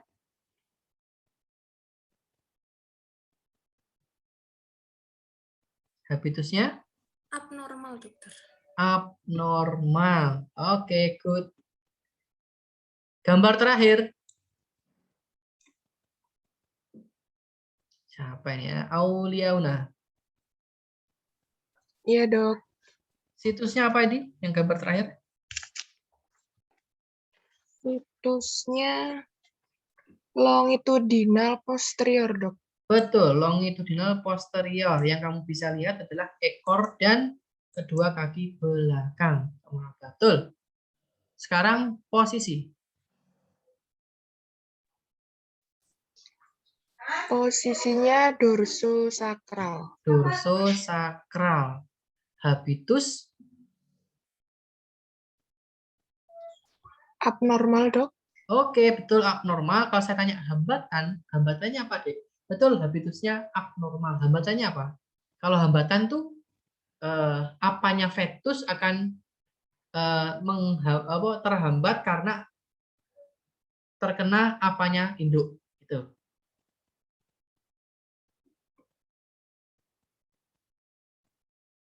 Dilihat aja dengan posisi semacam ini.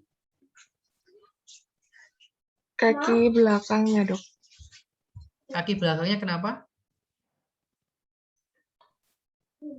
Menekuk ke depan. Menekuk ke depan. Istilahnya menekuk tadi apa istilahnya? Fleksi, Dok. Fleksi. Terjadi fleksi kedua kaki belakang. Berarti ini termasuk istilahnya bridge. Nah, bridge. Kalau ini berarti habitusnya abnormal. Betul. Oke, clear. Oke, yang lain sudah ada gambaran sedikit ya. Oke, sekarang ini. Saya tanya Devia. Gambar yang pertama ini, situsnya apa, Dek? Longitudinal anterior. Posisi? Situs. Iya, betul. Situsnya longitudinal anterior. Posisinya dorsosakral. Dorsosakral. Habitus? Normal, Dok. Normal, good. Yang kedua, Nuril, masih ada nggak Nuril tadi? Saya catat nggak ada lah ya, Nuril. Ada, Dok. Oh, ada. Oke. Sekarang gambar yang ini. Situsnya apa, Dek? Longitudinal anterior. Longitudinal anterior. Posisi? Posisi dorsosakral. Posisi dorsosakral. Good. Habitus? Normal, Dok. Yang betul, perhatikan lagi. Ini loh normalnya. Berarti ini? Abnormal. Abnormal, betul. Saya tanya sekarang, berarti hambatannya apa? Kalau abnormal? Kepala, Dok. terjadi fleksi kepala. Betul. Berarti ini namanya adalah vertex. Itu ya, vertex tadi ya. Jadi vertex atau penekukan kepala ke bawah. Betul. Oke, Nuril saya hapus berarti. Oke, berikutnya Rumanika. Iya, dokter. Oke. Ini Dek, berarti kalau ini, saya tanya ini sekarang, gambar ini. Situsnya apa? Longitudinal posterior. Longitudinal posterior pada posisinya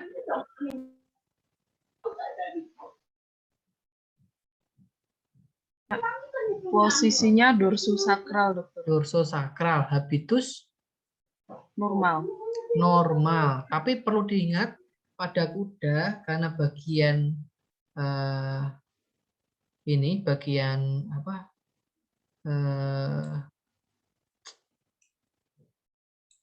Bagian di sini ya, karena di sini cukup penting, bisa terjadi fetal hipoksia karena pertukaran udara bisa terjadi lewat sistem plasentasi di sini. Di tali pusarnya ini bisa terhimpit pubis induk. Sehingga ini memang normal ya, ini normal. Cuma kita perlu cepat-cepat mengeluarkan. Oke.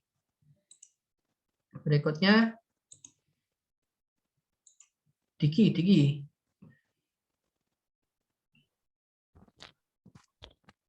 Diki ada? Ada. Oke. Terakhir, gambar yang terakhir. Situs Longitudinal posterior. longitudinal posterior. Posisi dorso posisi ini ke dorsosakral. dorsosakral, habitusnya Abnormal. abnormal. Apa hambatannya?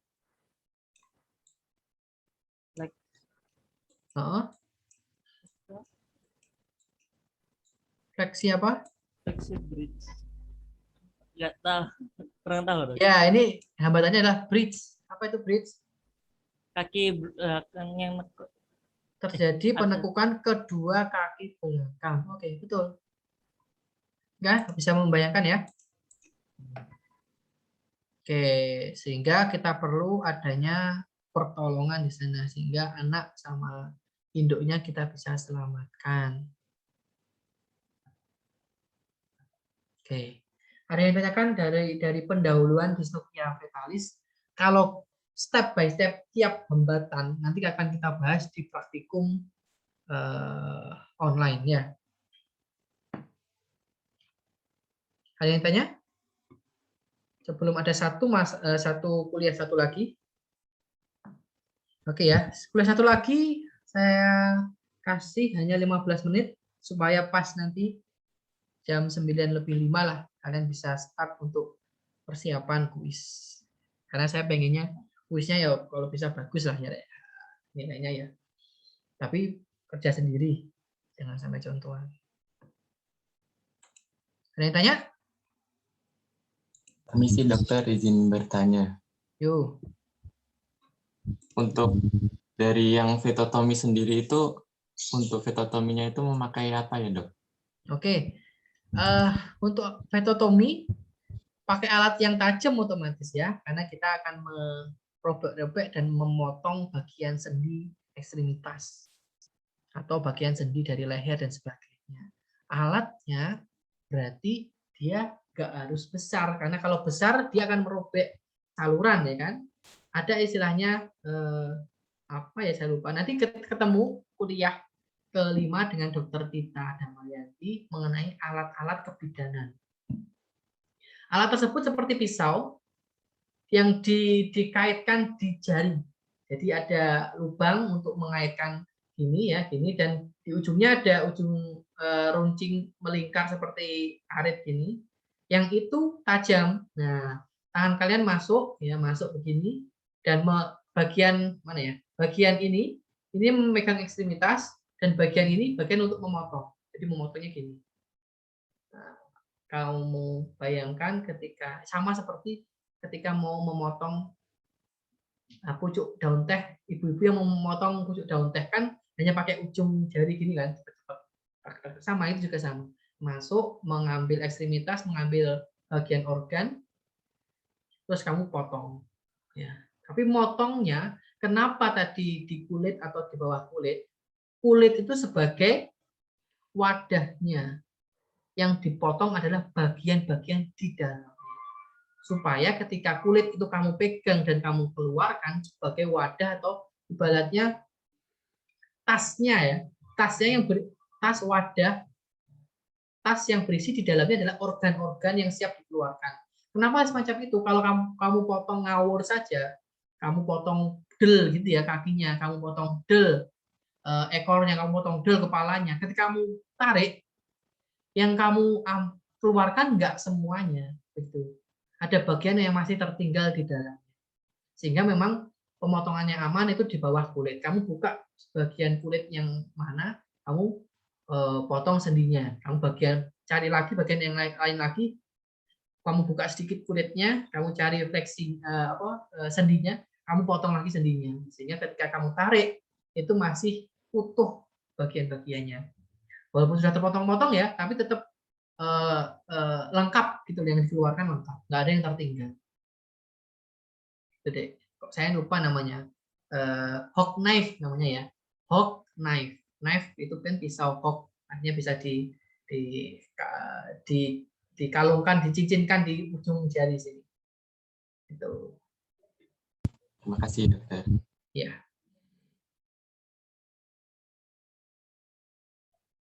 Ada tanya lagi?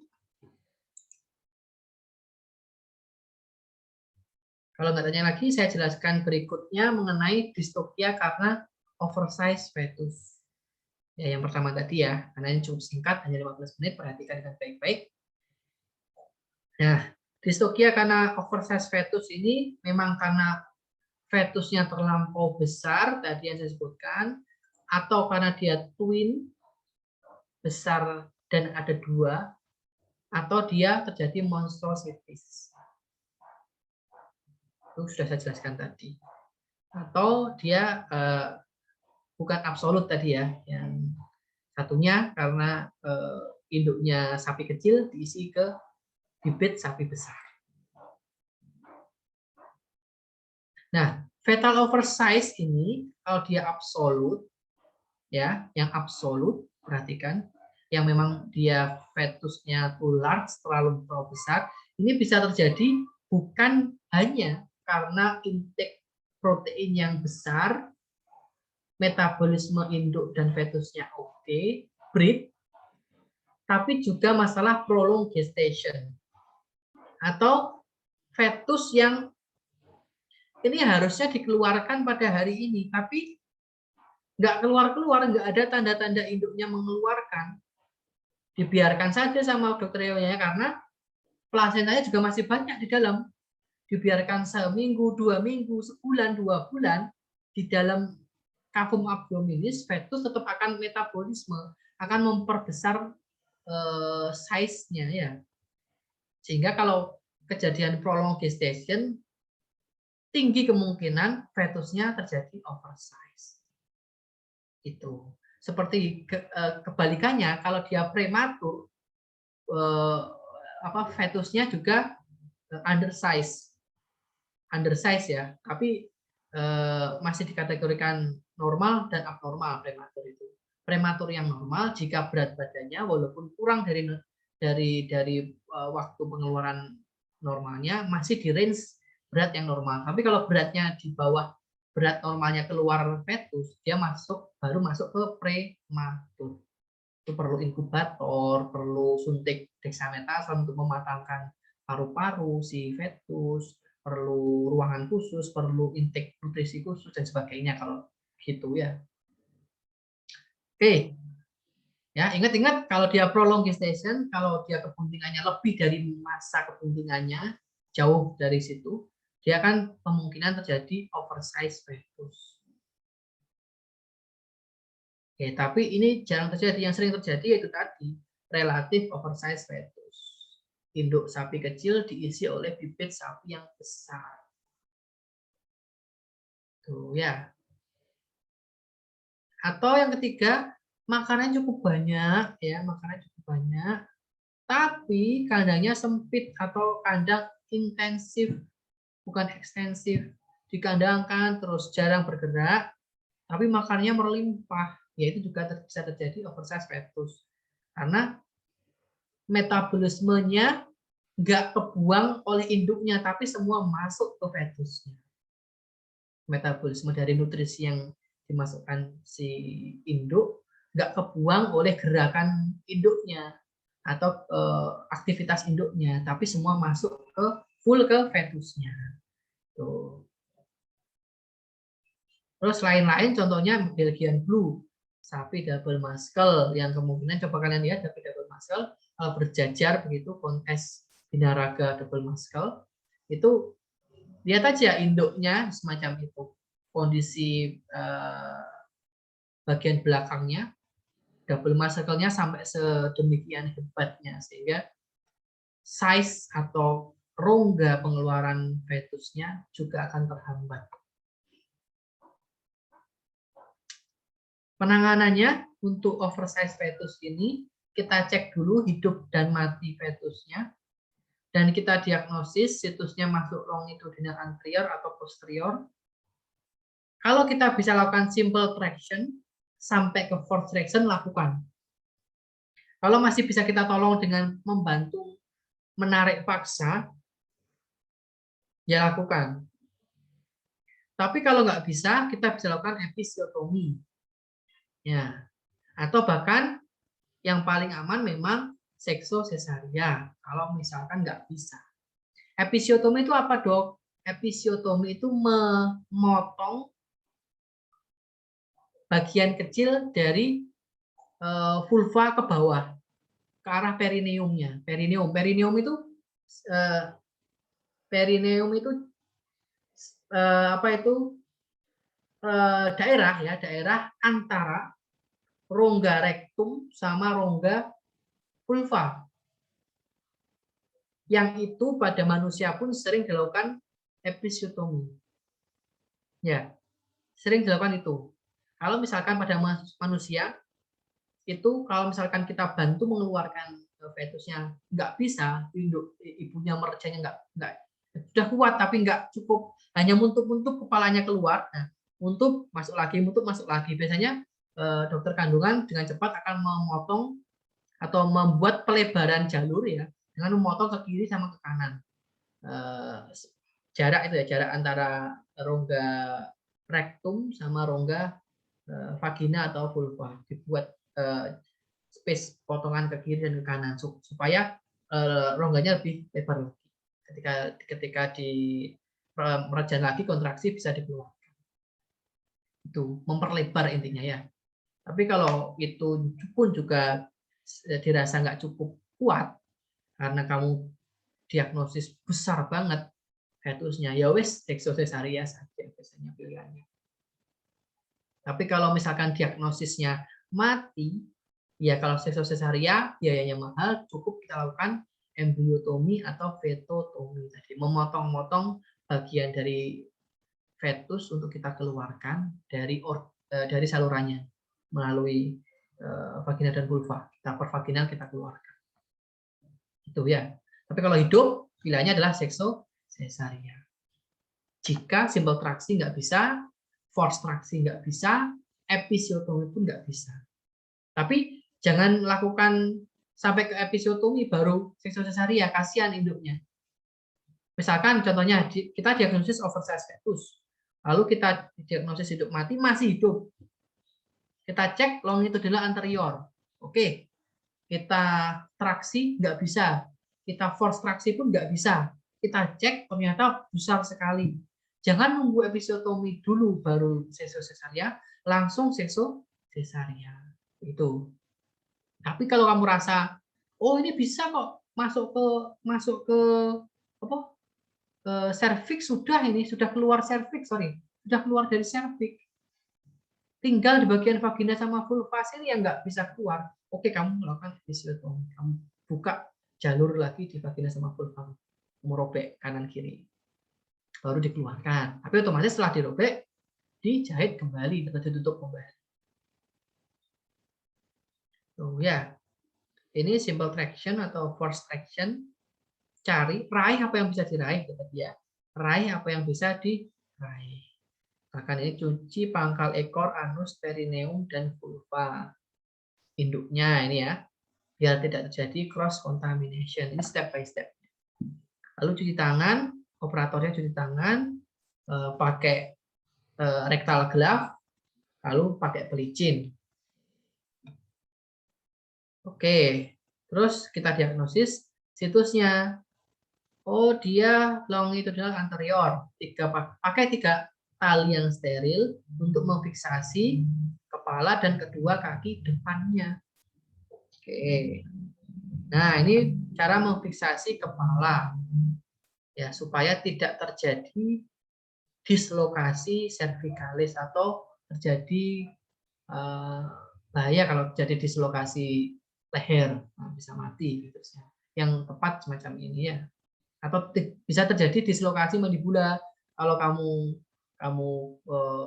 nalinya juga salah.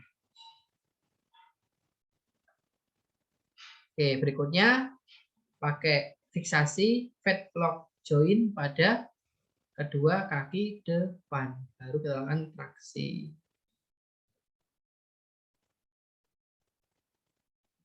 Oke, ini masalah. Arah penarikannya ke caudodorsal tadi kan, naik dulu ke atas, baru turun ya.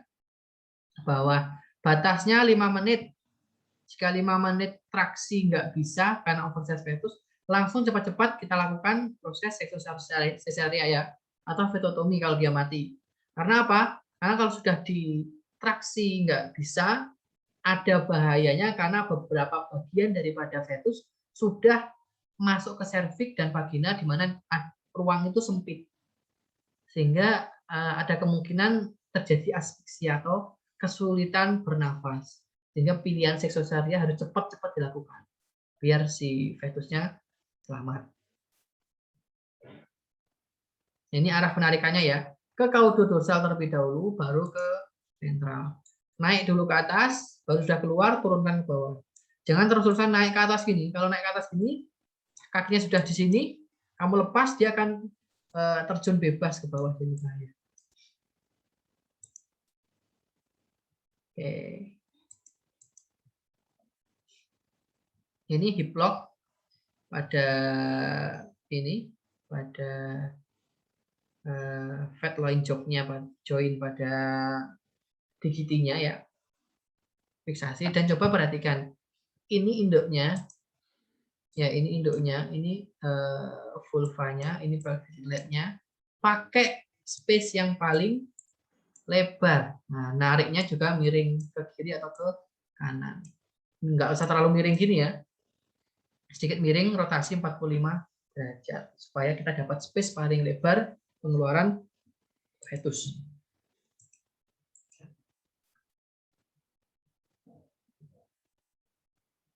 Oke, kalau ini situs longitudinal posterior, kita pastikan terlebih dahulu ekornya nggak menekuk ke dalam. Kita ambil dulu, kita keluarkan ekornya. Kalau ekornya menekuk, baru kita lakukan traksi. Nah, berikutnya ada episiotomi. Jika indikasinya kita ingin meningkatkan rongga pelvis atau diameter rongga pelvis, salurannya kita lebarkan.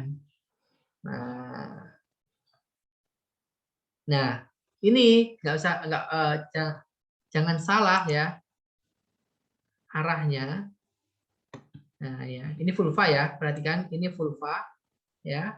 Di atas vulva ada anus atau rektum. Ini adalah bagian perineum. Nah, ini bagian perineum. Bagian itulah ketika rongga ini tidak cukup lebar mengeluarkan fetus, kita gunting, kita perlebar, kita robek. Nah, robeknya itu ke sini dan ke sini. Nah, jangan ke sini. Kalau ke sini itu sangat memungkinkan akan terjadi jalur ya antara rektum dan vulva. Ya, kalau ada jalur di sini, ada feses terikut turun di sini, akan terjadi kontaminasi descendant dari luar ke dalam rongga vulva, bahaya. Makanya guntingnya ke kiri dan ke kanan. Atau ke kiri saja boleh. Atau ke kanan saja boleh. Lebih baik dua-duanya karena cukup lebar di sini. Ya, kalau gini kan artinya akan terbuka lebar. Nah, perlu kita anestesi lokal dan kita jahit kembali bagian yang terbuka tadi dengan jahitan matres tidak menembus mukosa vulva. Ini episiotomi. Loh dok, kalau nggak gitu gimana? Nah, bisa bahaya misalkan kalau kita paksa keluar ya, sudah melewati pelvis inlet, sudah cervix sudah keluar dari situ, tinggal bagian vulva sama vagina kita paksa tarik, bisa terjadi perobekan yang tidak terkontrol. Kalau kita paksa, bisa robeknya gini deh, yang sini gini, zigzag gini, yang sini ke arah sini, ya kan nggak teratur. Akan susah kita lakukan proses penjahitan, atau malah bahaya, kita paksa ternyata robeknya shred gini, sampai betul-betul ke rektum, nah itu juga bahaya. Makanya kita lakukan manipulasi perobekan saja yang terukur ke sini sama ke sini.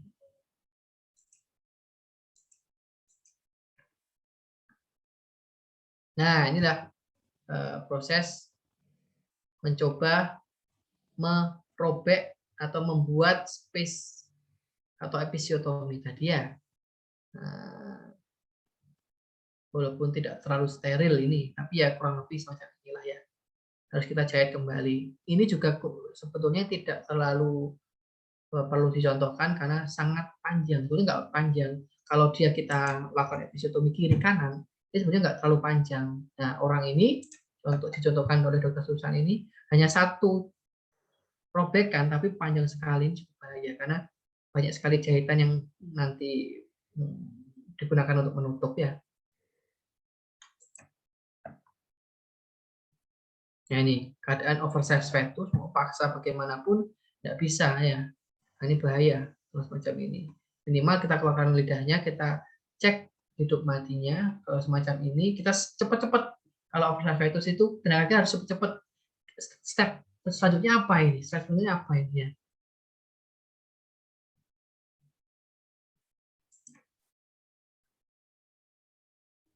Oke, berikutnya ada fetotomi tadi sudah saya jelaskan.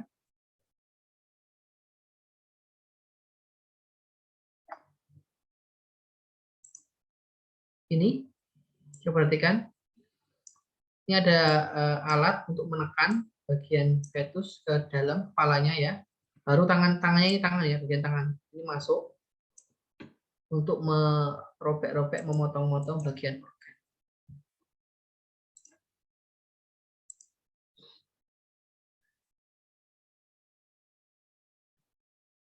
Dan seterusnya lah ya.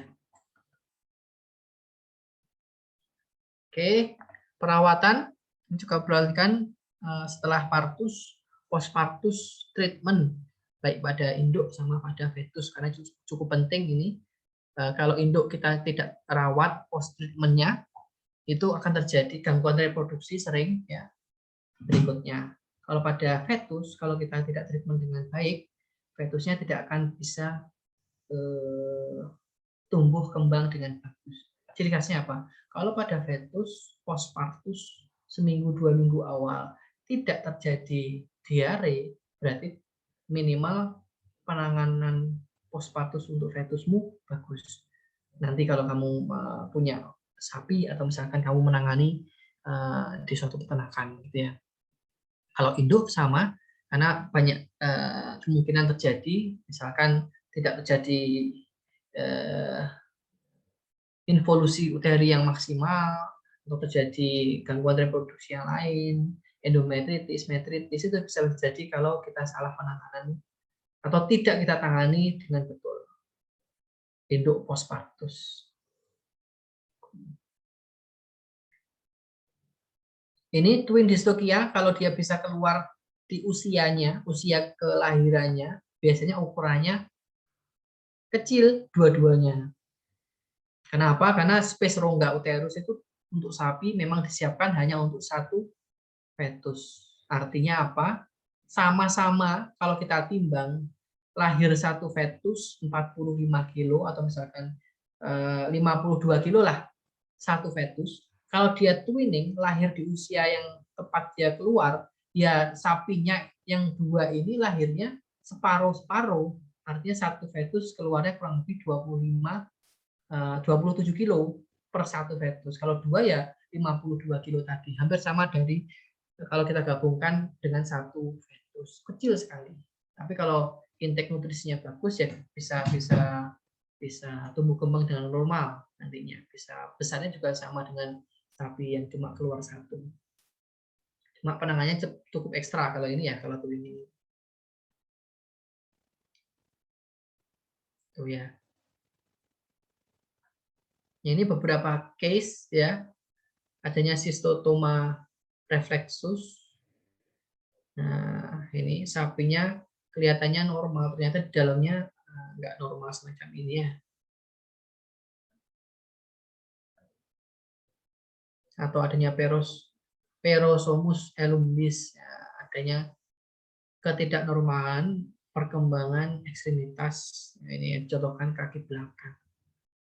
Ada double monster, ini ya, sapinya kembar siam, ataukah sapinya kepalanya ada dua, ini juga bisa terjadi.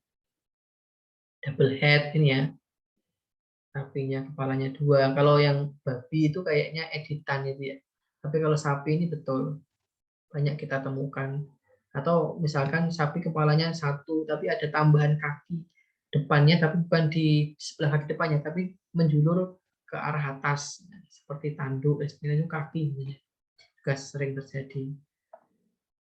Ini anarsarka, terjadi hidrop fetalis in calf, cukup besar sapinya. Nah ini ya mati dari awal, tapi terus terisi cairan hidrops atau keisi cairan terus-menerus sampai busuk. Ini ya anarsarka pada kitten, pada papi, lamb pada domba, dan sebagainya. Tuh, anarsarka pun bisa karena dia hidrops ya, banyak cairan yang masuk intake dalam tubuh fetus, otomatis membesar fetusnya. Seakan-akan dia oversize fetus. Oke, ya cukup cepat. Ada yang tanyakan ini? Pas jam 9. Silakan, ada waktu 20 menit. Kalau nggak ada yang tanya, persiapan belajar kembali, refresh kembali, pertemuan 1 sampai pertemuan 3. Nanti jam 9.20 saya pantau, bisa kalian cek, waktunya hanya 20 menit, soalnya 25. Multiple choice. Belajar yang banyak, semua soal ada di PowerPoint yang sudah saya sematkan di aula. Oke, kalau nggak ada yang tanya, ada yang diskusikan terlebih dahulu mungkin.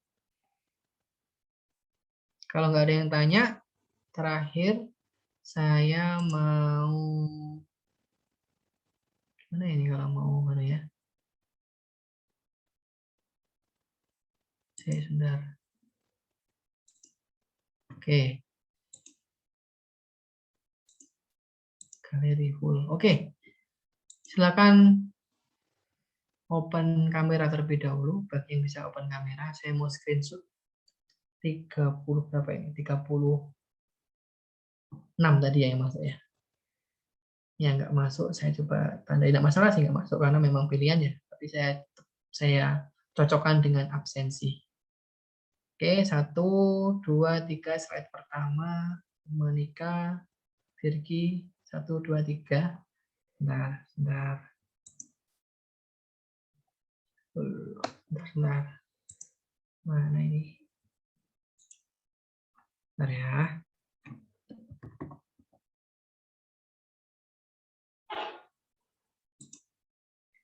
Oke, slide kedua.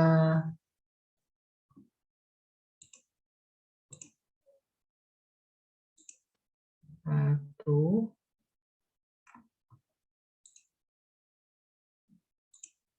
Oke, satu lagi.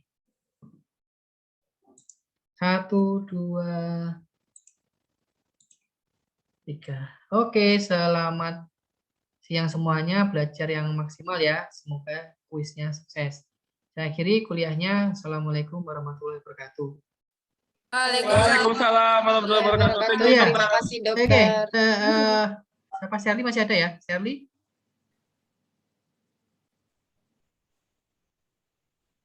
Sherly ada Sherly. Share. Untuk IKK 2 nanti jam 10 Dokter Susan itu tidak pakai pusmi ya.